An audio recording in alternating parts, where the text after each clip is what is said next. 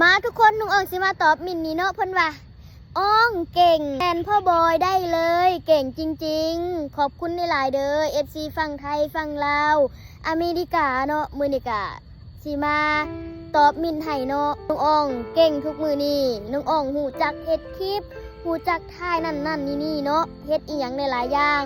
ก็ได้ย้อนพ่อบอยที่คอยบอกแล้วก็ความพยายามของเฮาเนาะความเก่งน่ะนุงอ่องกะสิพยายามคอยเรียนหูไปเท่าเล็กเท่าน้อยเนาะต้องเป็นคนหนึ่งเนาะที่ว่าถ้าผู้ใดที่เคยช่วยเหลือเฮาเคยหายยังกับเฮาแล้วนุงอ่องจะลืมเลยเนาะซึ่งมาอยู่กับพ่อบอยเราก็หายนุงอ่องหลายสิ่งหลายอย่างแฮงเอาโทรศัพท์ให้เงินเดือนหลายคนก็ว่านุงอ่อง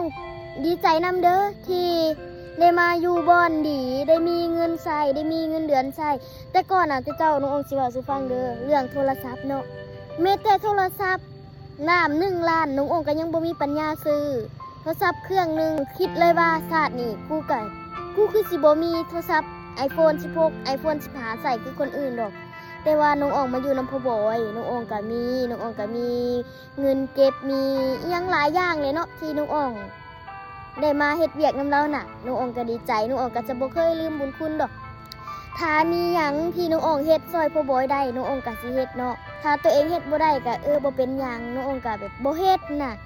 ฉะนั้นแล้วฮักแพงพ่อบอยแฮงๆที่แบบพ่อบอยดึงชีวิตเฮาได้มาฮอดจุดนี้น่ะทุกคน